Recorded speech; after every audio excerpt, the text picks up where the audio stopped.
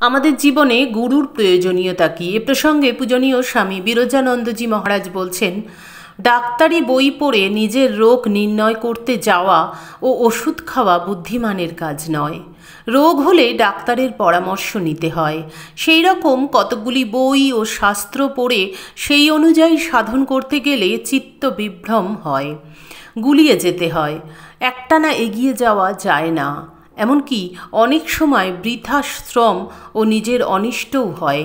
কেননা নানা শাস্ত্রে অধিকারী ভেদে বা অবস্থা অনুযায়ী একই বিষয়ে বিভিন্ন পরস্পর বিরোধী উপদেশ বা পদ্ধতি আছে।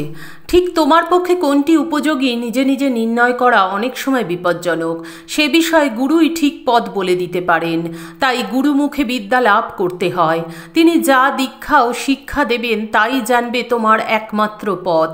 তাতে এবং তাঁর প্রতি সম্পূর্ণ শ্রদ্ধা বিশ্বাস রেখে নিষ্ঠাপূর্বক সাধন ভজন করলে কালে সিদ্ধি লাভ নিশ্চয়ই হবে। কারো কথায় সে পথ ছেড়ে অন্য পথ কখনো ধরবে না।